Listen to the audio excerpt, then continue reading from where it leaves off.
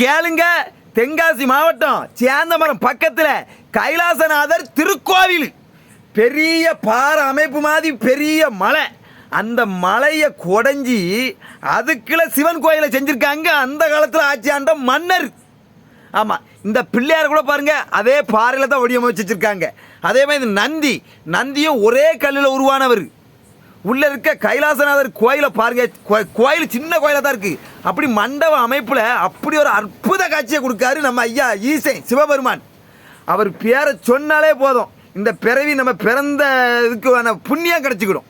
அப்படிப்பட்டவர் நம்ம கைலாசநாதர். கோயில் அமைப்பே அப்படி ஒரு அற்புத அமைப்பில் அமைஞ்சிருக்கு. ரெண்டு பக்கமும் துவார பாலவரை பாருங்கள். எந்த கோயிலையும் பார்க்க முடியாத அமைப்பில் இருக்கார். கோயிலை சுற்றி எல்லாமே அந்த பாறையில் அமைச்சா மண்டபம் தான். இது அகத்திய முனிவர். பாம்பாட்டி சித்தர் இந்த மலையில் உச்சியில் பாம்பாட்டி சித்தர் மண்டபம் இருக்குது. அதை உங்களுக்கு காட்ட முடியல. அடுத்தால நான் போகும்போது கண்டிப்பாக காட்டுதேன்.